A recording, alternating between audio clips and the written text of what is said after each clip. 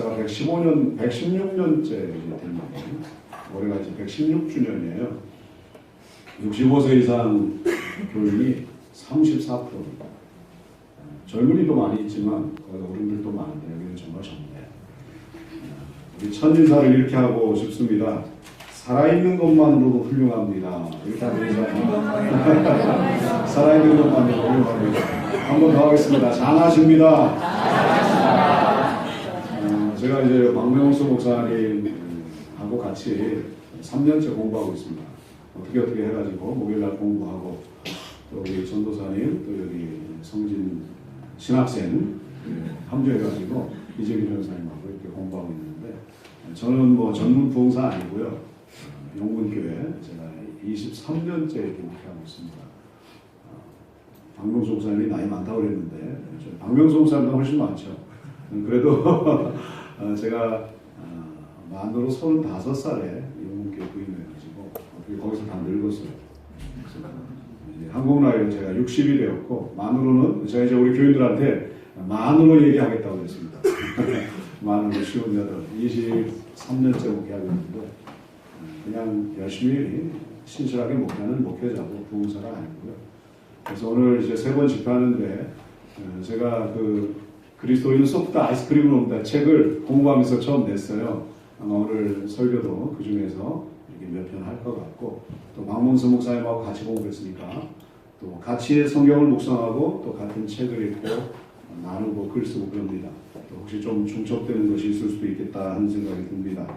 그래서 오늘 정체성 그리고 삶, 비전 이런 것들을 함께 나누려고 하는데 정말 살아있는 것만으로도 우리가 훌륭해요. 그리고 이 부흥 집회에 나왔다는 것 자체가 이게 기적입니다. 저에게 2딸이 있어요. 31살, 29살. 물론 둘 다 결혼 안 했는데 저희가 요즘에 이제 교회 오케스트라 다음 주일날 정기 연주회가 있어서 저희 둘째가 이제 음악을 공부했습니다. 그래서 대충 다 하죠. 건반도 하고 바이올린도 하고 비올라도 하고 그러는데 음악 치료사로 일하면서 오늘이 쉬는 날이에요. 근데 이제 친구들 자기 동기들 만나러 가는데 저녁에 그 오케스트라 연습 안 한다고 하더라고요. 그래서 야, 너 연습도 부족하고 그 선생님 얼마나 애쓰냐 가서 연습해야지 그랬더니 자기도 스케줄이 있대요. 친구들 만나야 돼. 근데 이제 제가 여기 집회 오기 전에 전화가 왔어요. 자기 오케스트라 연습할 거라고. 그러니까 좀 모임 줄이고 끊고 오케스트라 연습하는 거예요. 그러니까 여러분이 부흥에 이렇게 나와 있는 게 우연이 아닙니다. 살아있는 것만으로도 훌륭하고 여기 나와 있는 것 자체가 기적이에요. 저도 용문에서 참을 보면서 혹시라도 사고 날 수도 있고 또 길이 막혀가지고 어려울 수도 있고 제가 예전에 장현이라고 남양주 조금 뒤에 가면 장현이 있어요. 거기 이제 주일날 설교 초대받아가 가다가 얼마나 차가 막히는지 이 행락철에는 용문에서 서울 들어오는 게 굉장히 힘들거든요. 그래가지고 계속 가면서 목사님하고 전화 주고받는 결국 20분이 늦었잖아요. 그래서 여기 앉아있는 것 자체가 기적이고 살아온 것 하루도 만만한 날이 없었잖아요. 그러니까 살아있는 것 자체가 훌륭한 거예요.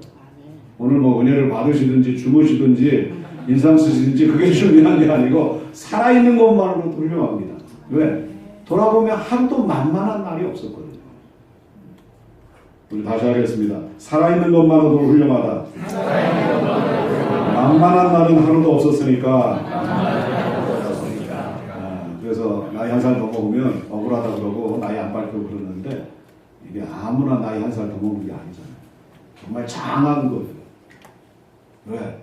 그동안 살아온 날들 보면 만만한 날이 하루도 없었잖아요. 하루도 쉬운 날이 없었습니다. 청년들도 마찬가지. 그러니까 살아있고 나와서 이렇게 뜨겁게 열정적으로 찬송하고 이것 자체가 기적이에요. 우리 영상을 하나 볼 거예요. 한번 보겠습니다. 같이. 그때는 많이 울었는데 우리는 나이들이 젊어가지고 청년 한 분이 대표로 우시네요. 39년 지났다고 그러잖아요. 39년의 세월에 하루도 편안한 날이 어디 있었겠어요. 만만한 날이 없었죠. 내가 뭐 훌륭한 엄마, 훌륭한 아빠 얘기하는데 살아있는 것 자체가 옆에 있는 것 자체가 이미 훌륭한 거죠. 또 여러분이 여기 와서 부흥에 참석하는 그 자체가 기적입니다. 하루도 만만한 날이 없어요. 이렇게 나올 수 있다고 하는 것 자체가 결코 쉬운 일이 아닙니다. 살아있는 것만으로도 훌륭하죠. 만만한 날은 하루도 없어요. 그 야곱이 형 에서가 받을 장자권 가로채고 그리고 형이 죽는다 그러니까 외삼촌 라반의 집에 가서 20년 지내잖아요. 그리고 이제 다시 형하고 화해하면서 돌아오는데 그때 이런 고백을 했습니다. 내가 내 지팡이만 가지고 이 요단을 건넜더니 지금은 2때나 이루었나이다. 근데 말이 간단하게 이렇게 표현했지. 20년 동안 고향 떠나고 집 떠나 있으면서 거기서 결혼하고 애 낳고 2때를 이루기까지 굉장히 당하기도 하고 자기도 사기치기도 하고 파란만장한 20년을 보냈잖아요. 하루도 만만한 날이 없었어요. 그리고 이제 시간이 흘러가지고 아들 요셉이 애굽의 총리로 있지 않습니까? 그러면서 이제 애굽의 이주에 들어가서 삽니다. 그때 아들이 총리고 그래서 바로왕을 이렇게 만날 수 있는 기회가 주어졌어요. 그때 바로왕한테 이런 말을 해요. 그때 야곱의 나이가 130세입니다. 내 나그네 길의 세월이 130년이니이다. 내 나이가 얼마 못 되니 우리 조상의 나그네 길의 연주에 미치지 못하나 험악한 세월을 보낸다. 아들이 애굽의 총리가 되고 출세하고 그 덕분에 왕 얼굴 보는데 자기 인생을 회고하면서 내가 130인데 우리 조상들에 비하면 오래 산 거 아닙니다. 그러나 돌아보니 험악한 세월을 보낸다. 그리고 나서 이제 17년을 더 살고 147세에 죽습니다. 여전히 아들이 총리 때예요. 그러니까 총리의 아버지가 돌아가시니까 이 장례가 보통 장례가 아니었잖아요. 그 당시에는 사람 죽으면 미라로 만듭니다. 미라를 만드는 데만 40일이 걸렸다고 했고요.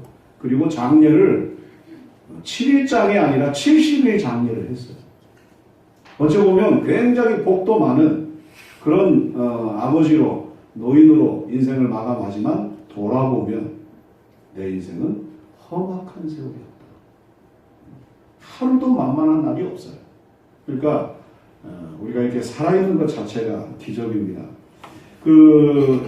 예수님을 예표하는 위대한 미리 예수님이 어떤 분인가 이것을 보여줄 정도로 위대한 하나님의 사람 모세가 어떤 고백을 해요? 우리 연수가 70이요 강건하면 80이라도 우리의 연수의 자랑은 뭐와 무엇뿐이다?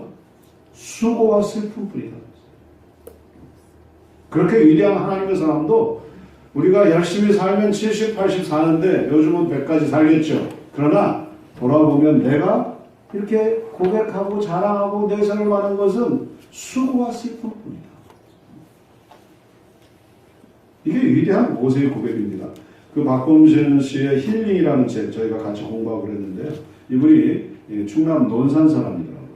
논산에 그 유명한 호수가 있나 봐요. 이제 작가로서 성공했으니까 서울에도 집이 있고 논산에도 집이 있어요. 이제 왔다 갔다 하면서 글을 쓴대요. 어느 날 이제 호수로 산책을 하는데 너무 깜깜해가지고 호수는 보지 못하고 달을 봤대요. 달. 그러니까 달이 너무 밝아서 달을 보고 호수는 또 안 보인 거죠. 근데 만월이었어요. 보름달. 그런데 역시 작가입니다. 그가 이런 고백을 해요. 이런 말을 해요.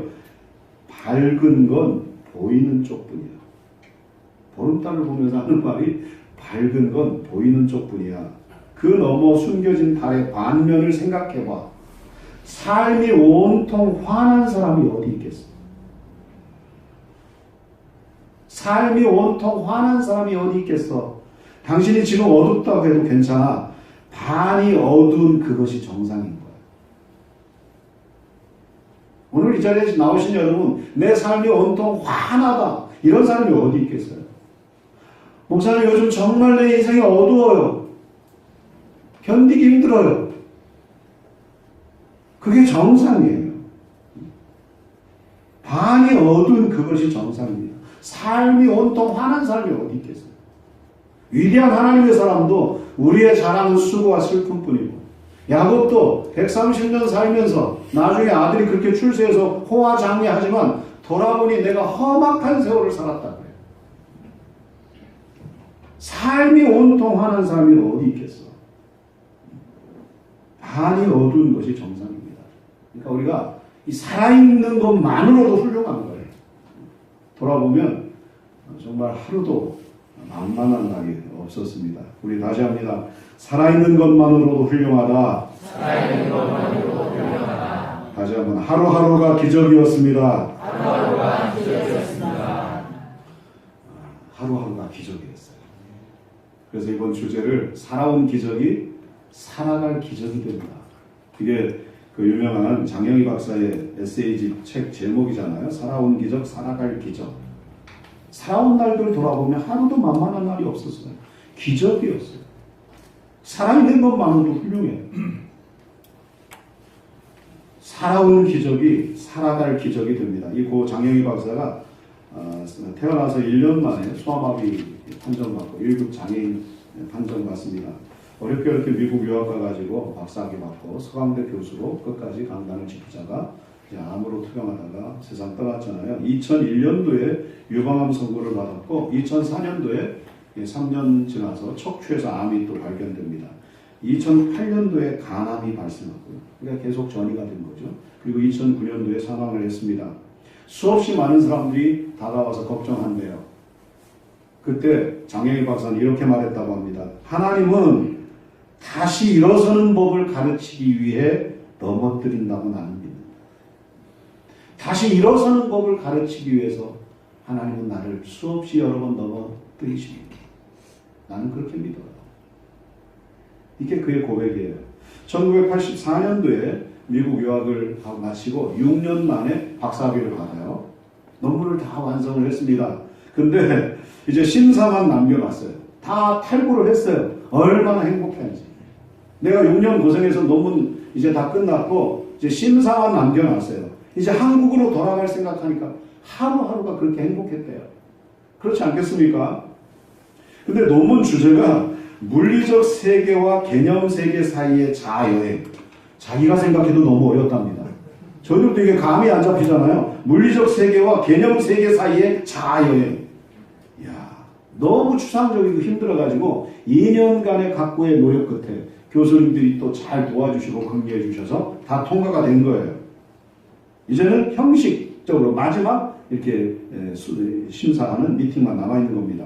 이제 다 끝났어요. LA에 언니가 살고 있었대요. 근데 언니가 아프다 그래가지고 이제 자기가 귀국하기 전에 한번 찾아가야지 해서 갔어요. 근데 어차피 이제 며칠 후면 한국으로 들어오니까 기숙사에서 짐을 다 빼가지고 필요 없는 거 다 버리고 간단한 트렁크에 소지품 몇 개 챙기고 그리고 그가 애써서 쓴 논문 탈고한 거 그걸 집어넣고 이제 LA를 갔습니다.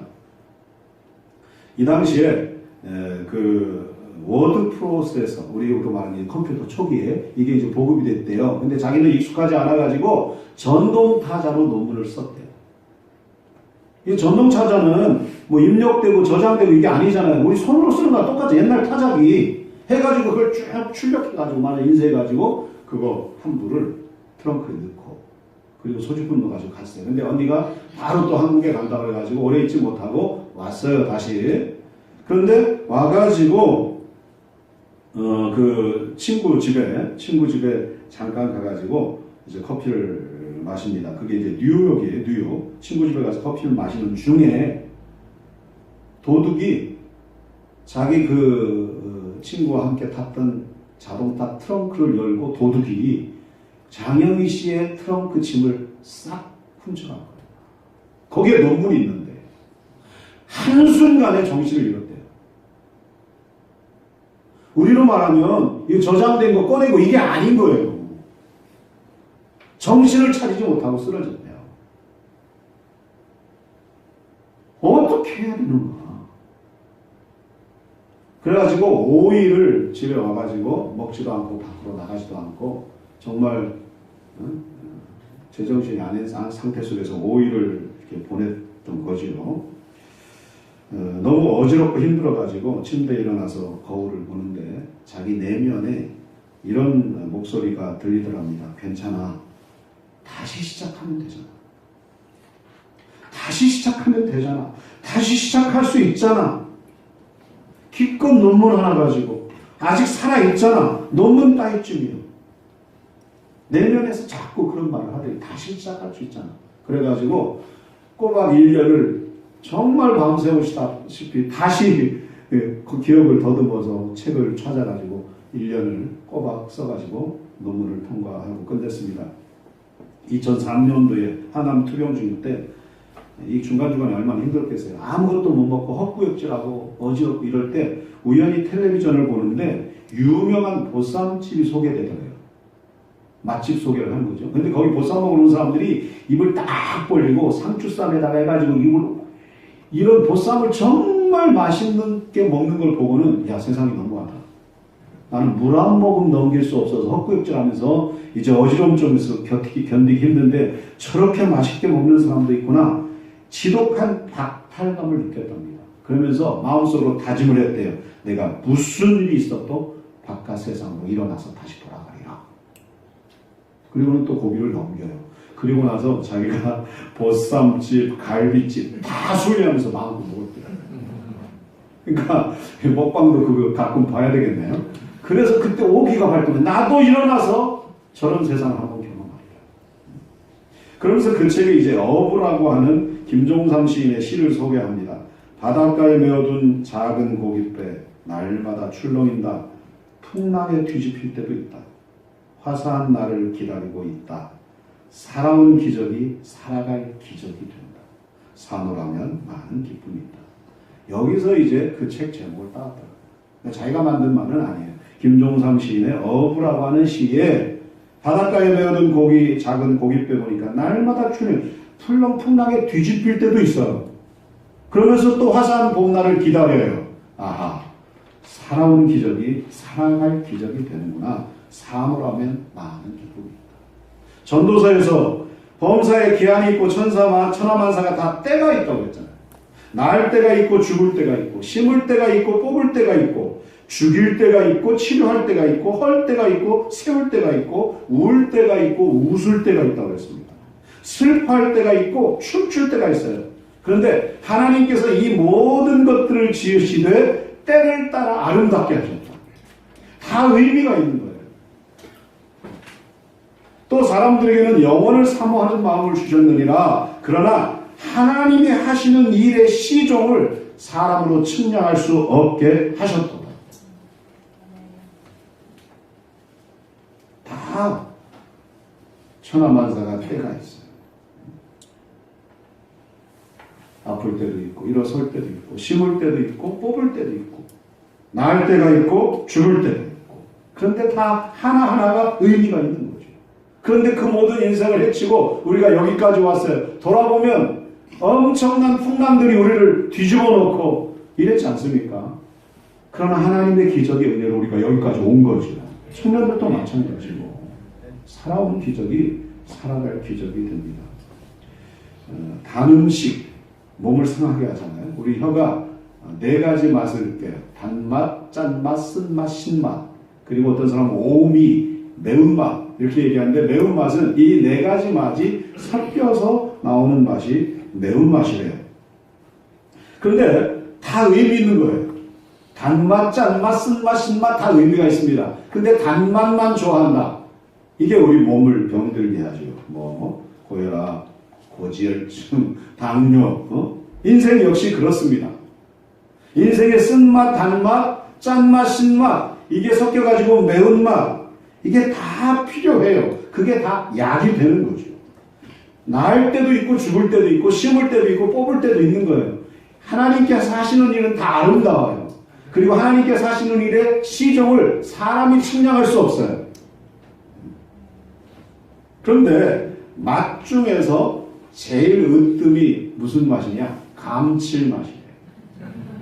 우리 한번 같이 합니다. 감칠맛. 이 언어 자체가 맛있게 생겼어요. 그렇죠?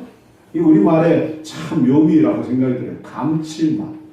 맛 중에 최고의 맛은 감칠맛이라고 하는데 이 감칠맛은 단맛, 짠맛, 신맛, 쓴맛의 4가지 맛에 한 가지를 더했을 때의 맛이 감칠맛이래요.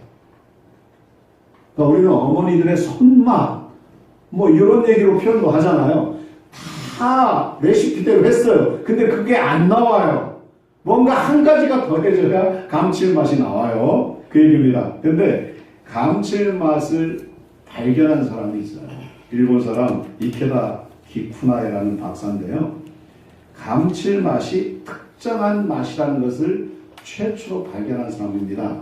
우마미 이렇게 부르기도 하더라고요. 1985년도에 감칠맛, 다시 말하면 우마미라고 하는 맛을 과학 용어로 인정받은 사람이 이 사람이에요. 이 사람이 일본인인데 물론 독일 유학을 마치고 일본에 돌아와가지고 두부 전골을 먹는 중에 두부에 스며들어 있는 다시마 국물 맛을 새롭게 느껴요.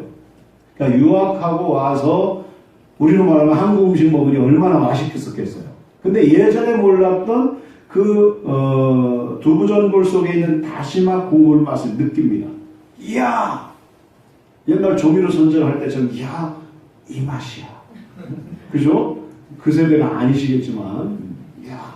그 김혜자 씨가 딱 한국 쫙 그리고 그 여기는 할머니들이 안 계시네. 우리는 이런 얘기 꺼내면 다 좋아. 그러면서 이 사람이 참 이 맛의 정체를 내가 좀 연구해야 되겠다. 학문적으로. 그래가지고 마침내 천연재료인 다시마에서 감칠맛 내는 성분을 추출하는 데 성공합니다. 이거 성공하면서 일본의 10대 발명가로 선정돼요.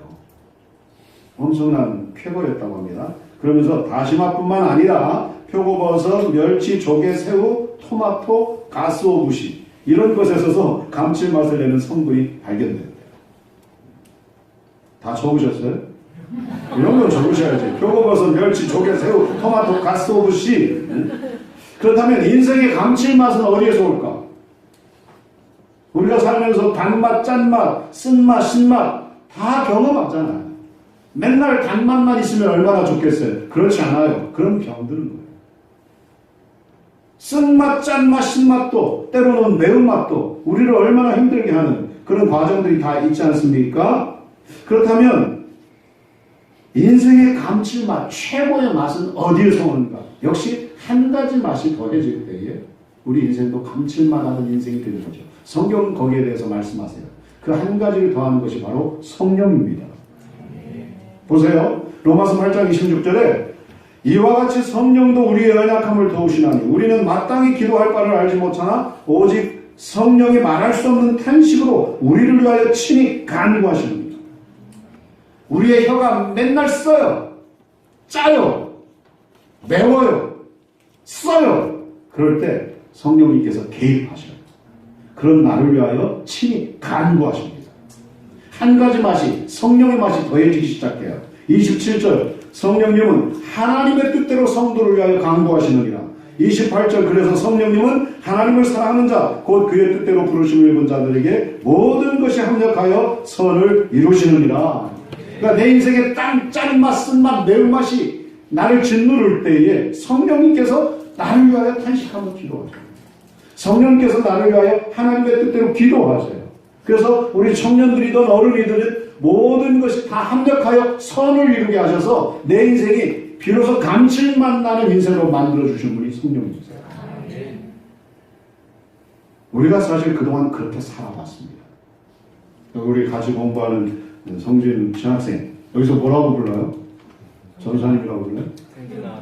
네? 청년. 네. 우리 교단은 그냥 신학생을 무조건 전사님으로 불러가지고 성진군. 여기까지 살아온 것이 하나님의 은혜예요. 내가 나 되는 것은 하나님의 은혜로 되는 것이, 내가 나 되는 것은 하나님의 은혜로 되는 것이, 성령님의 은혜로 여기까지 오게 된 거예요. 그래서 우리가 기적과 같은 한평생을 20년을 40년을 50년을 60년을 살아온 거죠. 성령님께서 감칠맛을 더해 주셨어요. 그래서 그 모든 고난들을 이겨내고 모든 것이 합력하여 선을 이루어서 이 사랑의 교회에 이렇게 엄청난 찬양단이 되고, 그죠? 저는 지금 정말 그 찬양단이 은혜 충만하네요. 살아온 것이 하나님의 은혜예요. 앞으로도 하나님의 그 은혜가 부어질 거예요. 앞으로도 성령님은 나와 함께 하실 거예요. 그래서 살아온 기적이 살아갈 기적이 되는 것입니다. 우리 같이 합니다. 살아온 기적이 살아갈 기적이 된다. 아멘. 이때 중요한 것이 우리 그리스도인으로서의 정체성입니다. 그리스도인이 누구인가? 내가 누구인가? 이 정체성이 우리로 하여금 믿음으로 살게 하는 거예요. 여러분, 아브라함, 우리가 흔히 믿음의 조상 아브라함 이렇게 부르잖아요. 아브라함의 일생 중에 가장 큰 어려운 고난을 만나죠. 시련을 만나죠. 바로 아들 이삭을 번제로 바쳐라. 100세에 낳은 아들을. 근데요, 그 창세기 22장을 쭉 보면 이 엄청난 하나님의 숙제 앞에 의외로 아브라함은 허둥대지 않아요. 침착해요. 흐트러짐이 없어요. 담담하게 과제를 수행해 나갑니다. 이게 보통 일이 아니잖아요. 하나님, 어쩌면 하나님 이럴 수 있습니까? 지금까지는 제가 많이 참았습니다. 하나님, 제가 언제 아들 달라고 했습니까? 하나님이 먼저 아들 준다고 했잖아요. 그래서 결국 100세의 아들 낳게 하더니 그 아들을 번제로 잡아 죽여서 제물로 바치라고요? 이제는 그건 못합니다. 하나님 너무하시지 않습니까? 충분히 그럴 만한 숙제였어요. 근데 성경에 그런 구석 전혀 없고 조금도 당황하지 않고 담담하게 그 숙제를 풀어나갑니다. 어떻게 그럴 수 있었을까? 이때 아브라함은 내가 누구인가? 자기 정체성이 분명한 아브라함이었습니다. 나는 75세에 하나님의 부름을 받은 사람, 하나님의 택함을 받은 사람, 그리고 그동안 내가 살아서 여기까지 온 것 자체가 하나님의 은혜로 이루어진 사람. 내가 한때는 믿음이 부족해가지고 내 아내를 누이라고 속였다가 우리 집안이, 우리 부부가 벌써 깨질 뻔했는데 그것도 2번씩이나 하나님의 은혜로 우리 부부가, 우리 가정이 여기까지 깨지지 않고 올 수 있었던 거 다 알아요. 내가 누구인가? 자기 자신에 대한 정체성을 분명히 갖고 있었습니다. 오늘 번제로 바치라고 하는 이 아들도 하나님의 은혜로 받은 선물이라고 하는 거예요. 나는 하나님의 부름받은 사람, 하나님의 택함받은 사람, 하나님의 은혜로 사는 사람, 자기 자신에 대한 정체성이 분명했습니다. 그러니까 그 어마어마한 시험 앞에서도 담담하게. 내가 누군데? 나는 하나님의 부름받은 사람, 하나님의 택함받은 사람, 하나님의 은혜로 살아온 사람, 하나님의 특별관리 받는 사람. 문제없지. 뭔가 하나님이 하시겠지. 담담하게 그 업무를 수행해 나가요. 나중에 기적이 일어나잖아요. 아들도 죽지 않았고 수풀 열린 수양 가지고 제사 잘 드립니다. 우리 같이 합니다. 하나님의 택함 받은 사람, 내 인생은 하나님의 은혜로 사는 인생. 다시 한번, 그 은혜는 기적의 은혜. 아멘. 이 정체성이 분명해요. 나는 하나님의 부름 받은 사람, 하나님의 택함 받은 사람. 세상 사람 날 부러워 아니하여도 나도 또한 세상 사람 부럽지 않아. 이 노래 알아요? 모르는 게 당연한. 여기는 근데 아는 분이 별로 없을 것 같아요. 집사님이세요? 장로님이세요? 예. 그리고 이 교회는 또 장로님들도 다 젊어요. 이 노래 모르시겠네요, 당연히. 그러니까 젊은 것만이 좋은 건 아니에요. 젊은 것이라는 말이 이 사람을 가르치는 게 아니고 젊다는 것이 다 좋은 건 아니다. 왜 이 노래를 모르니까. 세상 사람 날 부러워 아니하여도 나도 또한 세상 사람 부럽지 않네. 하나님의 은혜를 생각할 때에 할렐루야 찬송이 저절로 나네. 이지은 전사님 알아요? 저하고 한상이가 종씨인데 그 중에서도 또 약간 가문이 다르구만. 저는 이 노래를 할머니한테 배웠죠. 저희 할머니는 평산시시 신동덕 권사님. 저희 교회가, 제가 지금 쉬무하는 교회도 116년 역사, 충남도에 거기 고향교회도 116년 역사예요. 저희 할머니가 초대 권사님. 그러니까 나이 드신 분들은 이 노래를 알아요. 여기 권사님도 아시네요. 아마 부모님한테 배웠을 것 같아요. 하나님의 은혜를 생각할 때 할렐루야 찬송이 저절로 나네.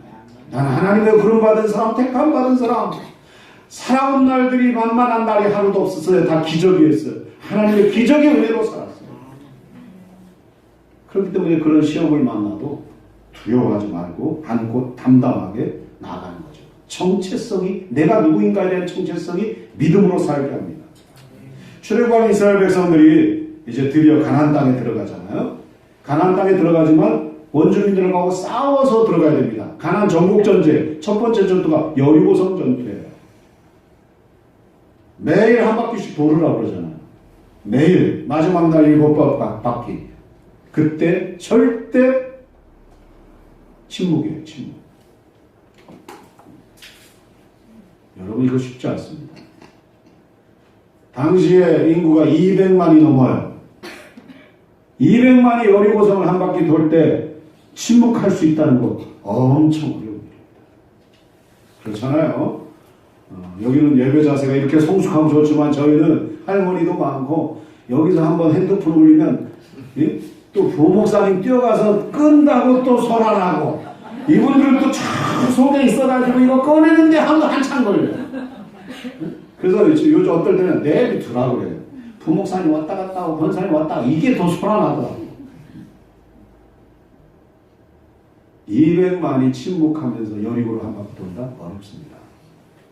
그러나 물론 이게 출애굽 2세대지만 이미 그 조상들로부터 저들은 영적으로 훈련을 다 받았어요. 그래서 내가 누구인가? 정체성이 분명해요. 이스라엘 백성들 광야 40년 훈련받으면서 나는 하나님의 택함받은 사람, 하나님 말 안 들으면 무서운 불이 임하기도 하고 하나님의 진노가 임하여서 그 자리에서 죽기도 하고 이런 일들을 수차례 경험을 했어요. 그래서 내가 누구인가에 대한 정체성이 확실해. 그래서 그 침묵을 하면서 한 바퀴씩 돌고 마지막 날 7바퀴 돌고 그랬을 때 여리고성이 와르르 무너졌어요. 이 와르르도 노래가 있는데 제가 철제해야지. 성경학교 때 와르르 와르르 저 여리고성 무너져. 이게 주일학교 때 불렀던 찬송이에요. 성경학교 때 강습해 가면 같이 합니다. 정체성이 믿음으로 살게 한다. 마침내 기적을 경험한다. 예수님께서 십자가에서 죽으실 때 엘리 엘리 라마 사박다니 나의 하나님 나의 하나님 어찌하여 나를 버리셨나이까. 이때가 예수님도 가장 힘들었던 거예요. 어찌하여 나를 버리셨나이까. 견딜 수 없는 절규. 그러나 결국 예수님 그 십자가 지고 죽으십니다. 그러나 나의 원대로 마시고 아버지의 원대로 하옵소서. 그리고는 죽으시고 3일 만에 부활하는 기적이 일어나잖아요. 나의 하나님 나의 하나님 어찌하여 나를 버리셨나이까. 절규합니다. 가장 큰 고통이요 위기예요. 그러나 그걸 극복하고 십자가 질 수 있었던 것은 내가 누구인가 자신에 대한 정체성이 확실하죠. 나는 하나님의 아들, 온 인류의 구세주. 자기 자신에 대한 정체성이 확실하니까 내 원대로 마시고 아버지의 원대로 없어서 그 위기를 극복하고 십자가 지어요. 그랬을 때 부활하는 기적이 일어나잖아요. 정체성이 믿음으로 살게 합니다. 마침내 기적을 경험하죠. 이게 예수님만 이스라엘 위대한 믿음의 조상들만 아브라함만 그런 게 아니죠. 여기 모이신 모든 성도들 내가 누구예요? 나는 하나님의 부름받은 사람, 하나님의 택함받은 사람. 그동안 살아온 것은 우리는 알아요. 하나님의 은혜로 살아왔어요. 그 은혜는 기적의 은혜예요. 기적의 은혜예요. 살아온 기적이 살아갈 기적이 됩니다. 이때 내가 누구인가? 이 정체성이 중요해요. 정체성이 믿음으로 살게 합니다. 우리 다시 합니다. 정체성이 믿음으로 살게 한다. 마침내 기적을 경험한다. 그리스도인은 소프트 아이스크림입니다. 그리스도인의 정체성을 저는 이렇게 표현을 했어요. 그리스도인은 소프트 아이스크림을 먹는다. 이런 제목의 책을 공부하면서 냈는데 그 요한복음 6장에 보면 나는 하늘에서 내려온 산떡이니 사람이 이 떡을 먹으면 영생하리라고 했어요. 예수님 말씀이죠. 나는 하늘에서 내려온 떡이다. 산떡이다. 떡은 먹히는 겁니다. 예수님이 세상에 오셔서 먹히죠. 십자가에서 죽으십니다. 먹혀 없어져 버려요. 그래서 예수님 십자가에서 죽으시고 무덤이 비어 있었잖아요. 형체도 없어져 버렸어요. 다 녹아 없어져 버렸어요. 먹혔어요. 완전히. 그리고 영으로 와 계신 거죠. 지금 부활하셔서 생명의 떡이신 예수님. 그래서 예수님은 소프트 아이스크림이에요. 먹혀 녹아 없어져 버렸어요. 무덤에도 그 형체가 없었잖아요. 그런데 그리스도인은 누구냐? 나는 하늘에서 내려온 산 떡이니 이 떡을 먹으면 영생하리라. 생명의 떡이신 예수님을 먹고 구원받은 사람이 우리 그리스도인이에요. 그래서 그리스도인은 소프트 아이스크림을 먹는다. 예수님이 다 먹혀 녹아 없어진 소프트 아이스크림이거든요. 그 아이스크림 먹고 구원받은 사람이 우리 그리스도인이에요. 그래서 오늘날 시적인 용어로 그렇게 표현하는 거예요. 그래서 책 제목을 그렇게 냈습니다. 그런데 갈라디아 20장 2장 1절은 그리스도인이 누구인가? 여기에 대해서 보다 더 단순하게 명료하게 정리해놨죠. 갈라디아 2장 20절 내가 그리스도와 함께 십자가에 못 박혔나니 그런즉 이제는 내가 사는 것이 아니요 오직 내 안에 그리스도께서 사는 것이라. 이제 내가 육체 가운데 사는 것은 나를 사랑하사 나를 위하여 자기 자신을 버리신 하나님의 아들 믿는 믿음 안에서 사는 것이라. 그러니까 그리스도인 누구예요? 나는 없고 내 안에 그리스도께서 사시는 사람. 이 사람은 그리스도인이에요. 그런데 내 안에 계신 그리스도는 누구예요? 아이스크림이에요. 다 녹아 없어지고 먹히고 형체도 없이 다 내주신 그분이 예수 그리스도시고 그분이 내 안에 계십니다. 그러므로 그리스도인은 소프트 아이스크림이죠. 보다 더 분명한 정체성으로 정리해서 오늘 첫 시간 설교 제목으로 삼았습니다. 그러니까 예수님은 십자가에서 죽어 없어지셨어요. 무덤도 빈 무덤, 눈에 보이지 않아요. 너가 없어질 때까지 다 내주셨죠. 그 예수님이 내 안에 계셔요. 그러므로 그리스도인은 소프트 아이스크림입니다. 우리 같이 합니다. 그리스도인은 소프트 아이스크림. 나는 소프트 아이스크림. 그러니까 다 뭐가 없어지는 거예요. 찬양 굉장히 잘했어요. 저는 가는 곳마다 사랑의 위해 찬양팀을 계속 자랑하겠죠. 근데 자랑할 때 여러분이 불쑥불쑥 나타나서 그래요 진짜 잘했죠 그러면 안 돼요. 그냥 영으로만 존재해야지 다 뭐가 없어져야 해요. 그리스도는 소프트 아이스크림. 제가 그 책에도 나와 있지만 연애할 때 꼭 절대 먹어서는 안 되는 연애할 때 금기시해야 할 음식이 있습니다. 뼈다귀 해장국. 뼈다귀 해장국은 먹으면 잡숴보셨어요? 먹으면 뭐가 남아요? 뼈가 남아요. 2년 3년 연애했어요. 사귀어보는데 만나면 만날수록 자꾸 뭐가 남아. 뼈가 남아. 자꾸 자기 자랑, 집안 자랑, 자기 연봉 자랑 자꾸 그런 걸 남겨놔요. 이런 사람은 그만 만나는 게 좋아요. 연애할 때 금기시해야 될 음식이 뼈다귀 해장국, 고집, 교만, 성질. 저희 둘째 얘기했었는데 남자를 만났다가 헤어졌다가 또 만났다가 그러더라고요. 근데 만났다 헤어지는 동기는 뭔가 자꾸 자기 주장이 강해. 그리고 정말 나를 사랑하는 것이 아니라 자기를 사랑해달라고 그래. 남자가 나를 그러니까 우리 여자촌에도 구분 잘해야 되겠더라고. 이게 사랑인지 자기 이기적인 자기 욕심인지. 그러니까 만나면 만날수록 소프트 아이스크림. 나는 없어지고 나는 너가 없어지고 나는 희생하고 내 이름은 없어지고 그러면서 상대방의 존재를 더 높여주고 이런 모습이 돼야 이게 진짜 사랑인 거예요. 이런 사람은 계속 만나야 돼. 너를 위해서라면 이 한 목숨 소프트 아이스크림처럼 다 너가 없어지리라. 물론 이런 남자 없겠지만 이런 사람을 찾아야 돼. 교회도 마찬가지잖아요. 정말 봉사 열심히 하는데 항상 그 사람 이름도 강하게 남아있고 주장도 남아있고 이러면 힘들어. 예전에 청량리에 그 김동호 목사님 교육전 가서 계실 때 청량리 중앙교회 그 교회에서 11조 제일 많이 하는 분이 계셨대요. 장로님이신데 김동호 목사님 부엌에 오면 이 얘기 꼭 하세요.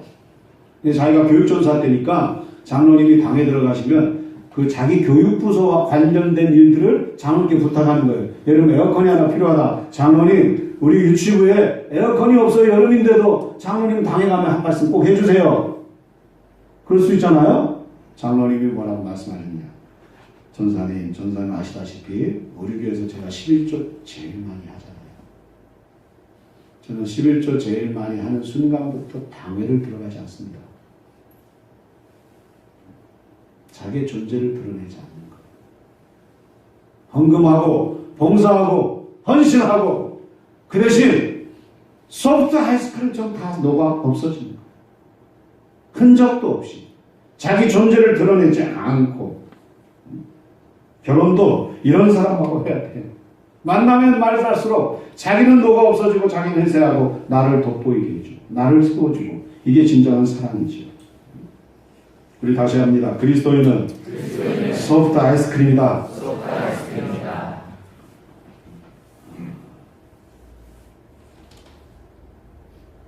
저희는 이제 장로교회예요.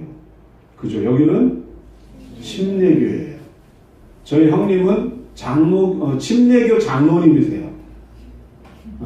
수원에 늘푸른 침례교라고 거기에 우리 형님이 장로님이고 그 형수님이 권사님이신데 침례교 장로님하고 장로교 장로님하고 달라요. 아세요? 제가 오늘 딱 보니까 다르네요.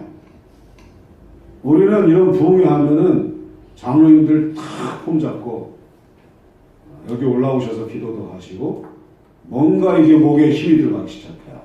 근데 여기는 그렇지 않으시네.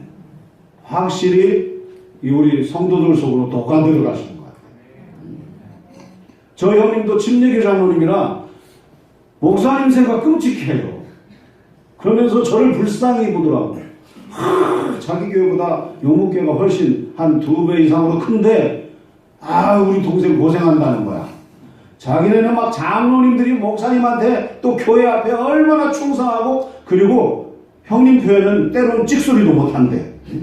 다 녹아 없어져야 되는 거야. 침례교가 그럴 때는 부럽더라고요. 그리스도인은 소프트 아이스크림. 장로교든 침례교든 녹아 없어지는 거야. 예수님이 그러셨잖아요. 다 먹히시는 거야. 죽기까지. 죽고 나서도 무덤 하나 남기지 않고 그 속에 형체도 없이 그리스도인은 소프트 아이스크림. 다시 합니다. 그리스도인은 소프트 아이스크림이다. 구체적으로 어떻게 살아야 되느냐? 인생을 다운 사이즈를 자꾸 줄여가야 됩니다. 그렇잖아요? 소프트 아이스크림 딱딱한 것이 조금 지나면서 녹아지면서 크기가 줄어들잖아요. 그리스도인이 소프트 아이스크림이다. 우리가 자기 자신의 인생을 다운사이징, 크기를 자꾸 줄여 나가야 됩니다. 나중에는 녹아 없어져야 돼요. 그 장석주 시인이 단순한 것이 아름답다 이런 책을 냈는데 거기에 참 내용이 좋아요. 건물은 높아졌지만 인격은 작아졌습니다. 고속도로는 넓어졌지만 시야는 더 좁아졌습니다. 소비는 많아졌지만 더 가난해졌습니다. 더 많은 물건을 사지만 기쁨은 줄어들었습니다. 집은 커졌지만 가족은 더 적어졌습니다. 더 편리해졌지만 시간은 더 없습니다. 학력은 높아졌지만 상식은 부족하고 지식은 많아졌지만 판단력은 모자랍니다. 전문가들은 늘어났지만 문제는 더 많아졌고 약은 많아졌지만 건강은 더 나빠졌습니다. 아니라고 할 사람 있어요? 전체적으로 말한다면 많이 가졌지만 더 규모도 커졌지만 행복의 크기는 줄었다는 거예요. 그래서 이 사람은 단순함을 예찬합니다. 단순해져야 행복할 수 있다. 크기를 줄여야 행복할 수 있다. 욕망을 줄여야 큰 행복을 누릴 수 있다. 이유가 있어요. 이 물질에 매이는 부분을 줄여야 물질에 매이는 부분, 뭐 돈이나 명예나 권력 여기에 매이는 부분을 줄여야 인생의 본질 부분에 집중할 수 있다는 겁니다. 목사님들도 그래요. 저도 이제 제 나이가 60이 아니라 만 58. 그러면 노예적으로도 할 일이 되게 많더라고요. 이런 부분이 자꾸 늘어가면 내 본질 부분은 작아집니다. 본질에 더 충실할 수 있는 기회들을 놓쳐버리는 거예요. 그래서 이런 부분을 자꾸 줄이고 돈, 명예, 권력 이런 부분의 크기를 줄여야 내 본질, 내 존재 이런 부분의 크기를 더 늘려갈 수 있는 거죠. 그래서 이제 박 목사님이나 우리 이재균 전사님이나 여기 성진문이나 저희들이 이렇게 모여서 공부하고 그러고 있습니다. 그러면서 그 장석주 시인이 새, 날아다니는 새를 예찬해요. 새들은 적게 먹고 적게 배설한대요. 새들은 날기 위해서 뼛속까지 비운다고 합니다. 아마 새 뼈가 그 속이 이렇게 비어있나 봐요. 다른 동물도 비어있지만 새들이 더 그런가 봐요. 그렇다고 새들이 불행하다는 증거는 하나도 없다. 제 뼛속까지 비었다고 새들이 행복하지 않다는 증거도 없다. 오히려 새들은 잘 먹고 잘 산다. 그래서 이 사람이 새라고 하는 제목의 시에다가 이렇게 노래했어요. 새, 국민건강의료보험 미불입자. 무슨 말인지 알겠어요? 그렇게 적게 먹고 적게 배설하고 뼛속까지 비우고 그랬더니 국민건강의료보험 아예 안 내. 건강해요. 정신적으로 육체적으로 건강하고 행복해. 아프지 않아. 병원비도 들지 않아요. 그래서 시인은 나는 최소한의 소유에 만족하며 사는 새들을 질투한다. 그런데 우리는 어때요? 다다익선이에요. 그죠? 많이 가지려고 하지. 교회도 더 커져야 돼요. 많이 가져야 돼. 필요 이상의 것들을 많이 소유해요. 탐욕을 버리지 못해요. 그러다 보니까 크기는 커졌지만 행복하지 않은 거죠. 바쁘게만 살아가는 거예요. 장석주 시인이 아빌라성 테레사 수녀 말을 또 인용합니다. 가진 것이 가장 적었을 때 걱정거리도 가장 없었다. 부족할 때보다는 풍족했을 때 더 괴로움이 많았던 것을 신은 알고 계시다. 그러면서 현명한 소비를 얘기합니다. 현명한 소비. 정말 잘 사는 사람들은 적게 먹고 적게 쓴대요.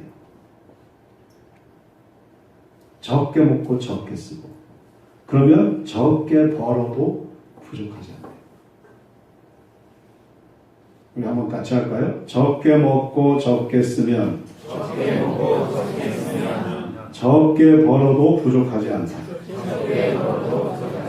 이게 현명한 소비예요. 우리는 많이 먹고 더 비싼 거 먹고 더 화려한 거 먹고 갖고 그러다 보니까 더 많이 가져야 되고 그러다 보니까 시간 뺏기고 몸 잃어버리고 가족 돌보지 못하고 개족에 깨지기도 하고 병도 들고 우리가 좀 도전해야 되지 않겠어요? 그리스도인은 소프트 아이스크림 다운 사이즈 다다익선 이건 세속적인 거예요. 예수님도 당신이 먹히는데 죽는데 다 녹아 없어지는데 형체로 남기지 않고 영으로만 존재하시는 거예요. 우리는 형체에 집착하잖아요. 더 크고 더 화려하고 더 많이 움켜쥐고 현명한 소비를 우리 그리스도인들이 실천해야 됩니다. 저는 이제 고등학교 때 은혜 받았고요. 목사님 되기로 이제 고등학교 때 결심을 했어요. 그때는 제 어린 마음에 은혜 받고 나니까 하루 온종일의 삶을 주님을 위해서 드리고 싶다. 그때 부흥강사 목사님이 저 있지 않아요. 이양수 목사님이라고 저희 동네가 충남 서천 한산인데 금강이 이렇게 있고 그 건너편은 전라북도예요. 전라북도 하면인가 여기서 목회하시는 목사님이 오셔서 부흥회를 하는데 저녁에 저는 이제 고등학생 때 이렇게 고2 때 참석을 했는데요. 저녁 집회 때 예수 믿는 것이 주업입니까? 부업입니까? 장로님에게 눈이 꽂히지. 장로님 예수 믿는 것이 주업입니까? 부업입니까? 아멘. 박 목사님하고 짜고 얘기하는 건 아니에요. 근데 이제 학생 마음에 제가 지금은 그렇게 생각 안 해요. 그때는 목사님 되지 않으면 예수 믿는 것이 부업이 될 것 같아요. 지금은 그렇지 않아요. 직업을 갖고 있으면서도 주님을 섬기는 것이 주업으로 얼마나 헌신해야 되고 할 수 있잖아요. 우리 삶의 자리에서 예배자 되는 게 얼마나 중요해요. 그런데 그때는 어린 마음에 목사 안 되면 예수 믿는 게 부업일 것 같아요. 그래가지고 결심하고 저 이제 신학교 가겠습니다. 목사하겠습니다. 그러면 이제 고3 때 쭉 준비를 하는데요. 주변에서 난리가 났어요. 일반 대학을, 저는 이제 장로신학대학교, 여기는 침신대학 하지만 우린 장로신학대학교, 여기 광나루에 천호동 그 광진 거기 있잖아요. 거기를 가려고 쭉 준비하는데 우리 고모님이나 우리 형님이나 주변에서 너 목사 되는 것도 반대인데 기왕이 하려면 일반 대학을 가래요. 그래야 큰 교회를 갈 수 있대. 어린 마음에 그게 받아들여지겠어요? 큰 교회 가는 것이 중요하냐? 하나님 기뻐하는 교회하고 하나님 기뻐하는 목사 되는 게 중요하지.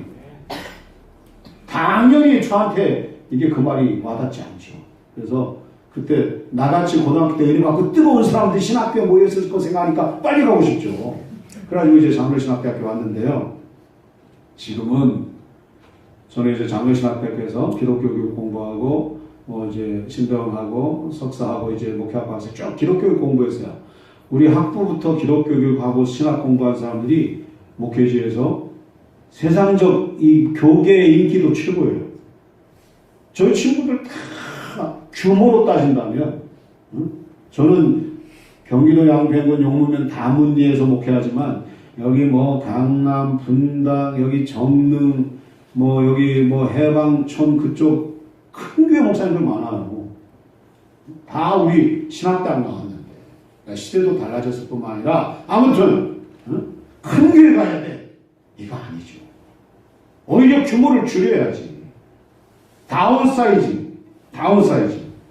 그리고는 저는 이제 신대원 마치고 목사고시 보기 전에 2년 동안 이제 훈련받고 목사님 되는 건데 바로 이제 김제에 있는 농촌교회 갔습니다. 그때는 다 부목사 때 영락교회 부목사, 온누리교회 부목사, 세문안교회 부목사 이런 데 하려고 그래요. 그래야 큰 교회 가는 거예요. 저는 신대원 3년 동안 농촌교회에 대한 꿈이 있었어요. 그래서 정말 아무도 안 가는 교인 18명 모이는 우리 큰딸 1월달 이사했는데 정말 가보니까 이 교인이 하도 5년 된 개척교회인데 5년 사이에 목회자가 4분이 다녀가고 제가 5번째예요. 그러니까 이사 온다고 해도 저분 언제 갈 거냐. 교인들이 한 명도 안 나왔어요. 시골인데.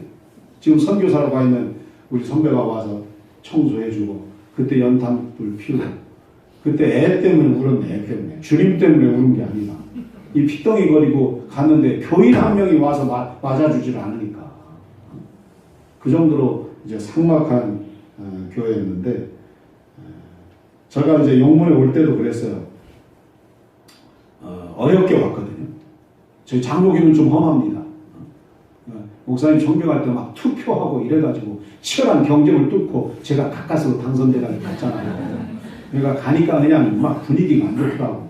그러니까 23년을 제가 버텨서 이게 머리가 이렇게 된 거예요. 그때는 머리숱도 많고 까맣고 그랬는데. 그러니까 그때 그 마음이 있었어요. 저는 원래 큰 교회 목사 되고 싶으면 지금도 뭐 큰 교회 아니지만 농촌교회 18명 모이는 교회에서 제가 처음 시작했는데 이 교회에서 내가 쫓겨나면 더 작은 교회 가면 되지. 여러분 규모를 줄인다고 생각하면 걱정할 게 하나도 없어요. 할렐루야. 예수님이 그 길을 걸었잖아요. 다운사이징, 소프트 아이스크림. 그리스도의 정체성이 누구예요? 뭐예요? 내 안에 예수님이 계시잖아요. 예수님은 결국 죽으신 분이에요. 너가 없어진 분이에요. 규모를 크게 하고 이게 아니에요. 그게 예수님이었다면 십자가 안 지죠.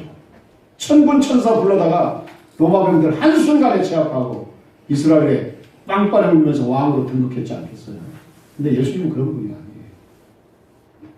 다운사이징, 죽고 노가 없어지고 먹히고 그게 생명의 길이고 그게 구원의 길이에요.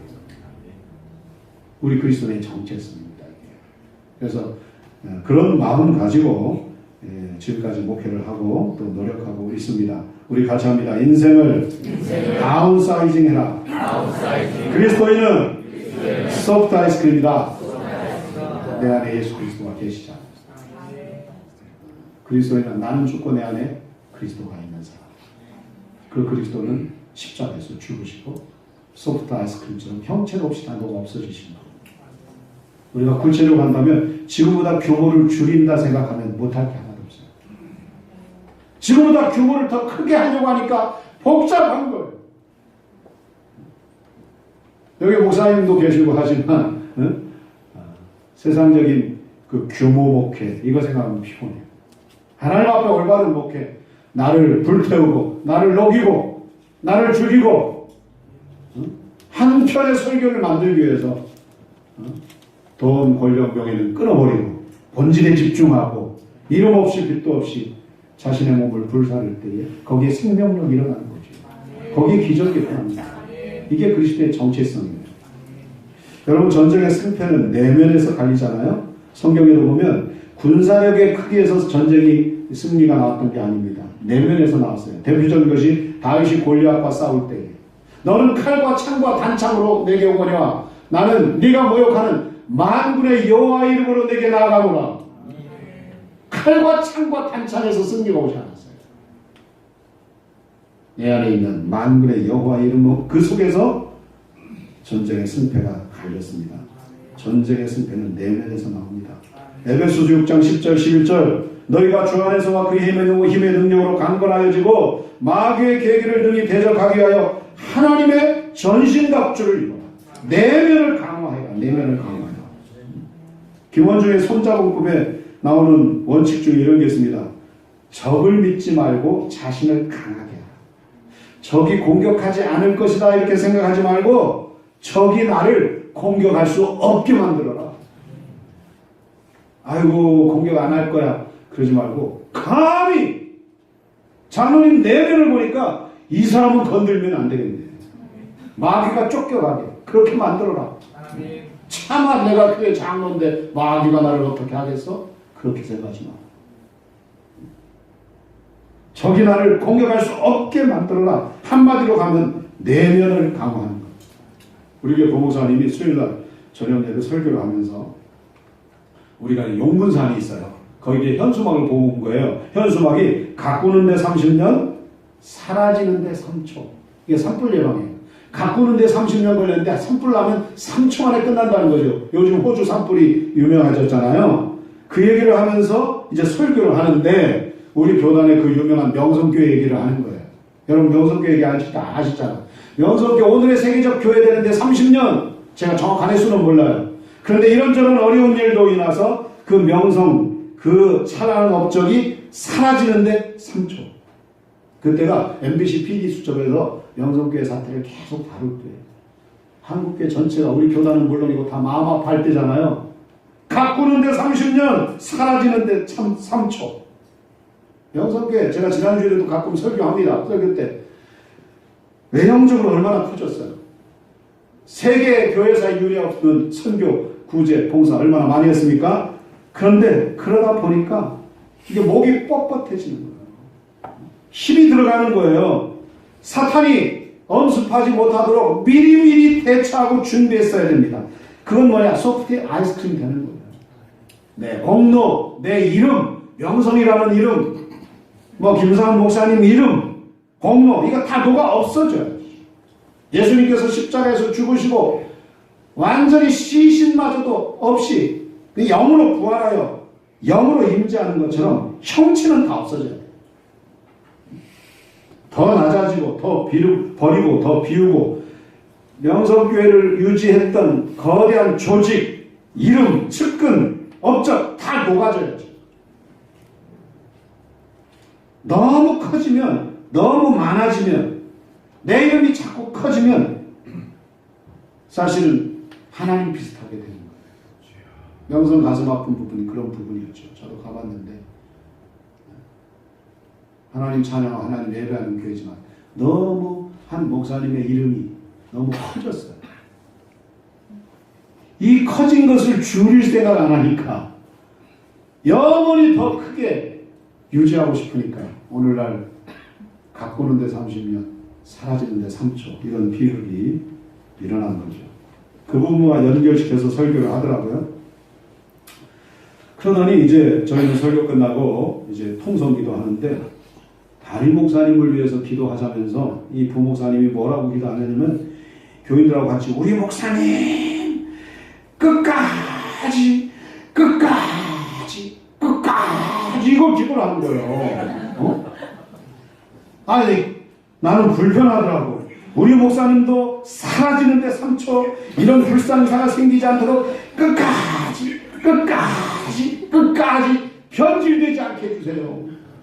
이런 내용의 기도예요. 그래서 제가 나중에 알면서도 물어봤어요. 그런 생각 가지고 기도했느냐 그랬더니 그렇대. 이분이 고지식하거든요. 저도 30년 안 됐지만 이렇게 했는데 저희도 열매가 많고 나름대로 교회가 이렇게 은혜 가운데 이렇게 성장하고 그랬지만은 무너지는데 특히 내면이 무너지면 상처에 끝나는 거예요. 그렇잖아요. 가꾸는데 30년, 사라지는데 3초. 전쟁의 승패는 내면에서 갈립니다. 내면에서. 저는 오늘 사랑의 교회 와서 제가 많이 은혜 받고 이렇게 아름다운 교회가 어디 있겠어요? 우리 힘이 있어서 저를 불렀다고 그랬는데 아무튼 저희가 뭐 교단도 가고 그러지만 제가 박 목사님을 존경하고 실력이 영역이 대단해요. 제가 많이 배우고 있습니다. 근데 이제 같이 교단은 달라도 저는 영적으로 뭔가 통하는 게 있다고 생각해요. 그래서 불렀다 생각이 들고 승패는 내면에서 갈립니다. 외형에 있지 않아요. 이보다 더 아름답고 이보다 충만한 교회가 어디 있겠어요. 영문교회 빼고는 여기지. 저는 23년 목회해보니까 여기는 진짜 분위기가 다르네요. 우리는 나이 드신 분 많아요. 여기 권사님 죄송하지만 한 50대 되잖아요. 권사님이시죠. 집사님 50대 60 70이에요. 저도 그냥 한 50은 해본 말이고요. 우리 권사님들 보면 저는 그냥 보고만 있어도 좋더라고요. 이게 23년 지나니까요. 세상 말로 미운정 보온정이 들어가지고 이제 눈으로 보면 다 알아요. 좋은 교회죠. 제가 우리 교인들 보고 빈말이 아니라 교인들 착해요. 교인들 훌륭해요. 좋은 교인들 우리 교회도 엄청 많아요. 목사만 똑바로 잘하면 돼요. 내면이 중요해요. 교회 외형이 중요하죠. 명성, 영문, 여기 사랑의 교회 응? 외형이 중요한 게 아니죠. 내면이 중요해요. 전쟁의 승패는 내면에서 갈립니다. 우리 첫날 살아있는 것만으로도 훌륭하다. 만만한 날은 없었다. 살아온 날들이 다 기적이에요. 살아온 기적이 살아갈 기적이 됩니다. 정말 중요한 것은 정체성. 내가 그리스도와 함께 십자가에 못 박힌 날. 그런 즉 이제는 내가 사는 것이 아니요 오직 내 안에 그리스도께서 사시는 것이다. 그리스도는 소프트 아이스크림. 그분이 내 안에 계시니까 그리스도인은 소프트 아이스크림. 구체적인 것은 다운 사이즈예요. 세상은 지금 다 크기를 키우는 데만 목적이 있어요. 그렇잖아요. 체인점부터 시작해가지고 규모 늘리고 그러다가 다 망하고 규모를 크게 하는데 세상. 그러면서 가족 잃고 건강 잃고 행복 없고 적게 먹고 적게 쓰고 적게 벌어서 자기 자신의 존재에 더 집중하고. 장석주 시인이 얘기했지만 저는 왜 이 문학 아는 사람들이 시인들이 이런 세상 이런 복잡한 서울 떠나서 어디 시골에 초가집 짓고 옷도 그냥 맨날 입었던 거 입고 이렇게 사는가. 이 책을 보면서 그걸 느꼈어요. 그렇구나. 본인의 존재에 더 집중하게 했어요. 소유보다. 적게 먹을 때에 존재의 더 크기를 키울 수 있거든요. 박목사님이나 저나 또 그런 삶을 살려고 노력하는 목사 중에 하나. 그리스도인 소프트 아이스크림. 구체적으로는 다운 사이즈입니다. 돈, 권력, 명예, 여러분의 크기를 자꾸 줄여야 됩니다. 크게 키우다가 본질 놓치면 안 돼요. 소유는 커졌는데 존재는 형편이 없어요. 세상이 현재 이렇게 가고 있어요. 차라리 규모를 줄이시고 존재의 크기를 키워나가시기를 바랍니다. 이게 그리스도인은 소프트 아이스크림. 그것이 바로 내면을 강화하는 거예요. 내면을 강화. 거기서 승패가 납니다. 이거 잘못하면 30년 쌓아왔던 거 3초 만에 다 사라져요. 우리 다시 합니다. 살아온 기적이 살아갈 기적이 된다. 그리스도인은 소프트 아이스크림이다. 규모를 줄이고 존재를 키우겠습니다. 아멘. 그렇잖아요. 너무 바빠서 특히 여기 장로들 죄송한데 서울에 있는 많은 교회 장로들이 큰 사업하고 규모가 커지다 보니까 영적 존재 가치는 미미해요. 새벽기도 못하고 예배도 가끔 해외 출장 가고 너무 모임 많아서 잠깐 드리고 빠져나가고 규모는 커져도 존재는 작아져요. 영적 존재도 하나님 기뻐하는 삶일까? 이 시대적인 흐름 거슬러서 다운사이즈. 그리스도인은 소프트 아이스크림. 갖고 노는데 30년, 사라지는데 3초. 우리 30년 후에도, 아니 3년 후에도, 아니 지금과 비교할 수 없을 만큼 사랑의 교회 한 사람 한 사람 존재 규모가, 영적 존재 규모가 계속 커져나가는, 규모를 자랑하는 사랑의 교회가 아니라 영적 파워, 영적 존재 가치가 날로 커져가는 그런 교회와 성도들이 되시기를 간절히 바랍니다. 우리 찬송합니다. 내가 그리스도와 함께 십자가에 못 박혔나니. 우리 찬양단도 같이 하시고 우리 동성으로 기도하고 오늘 정체성 설교 마치겠습니다.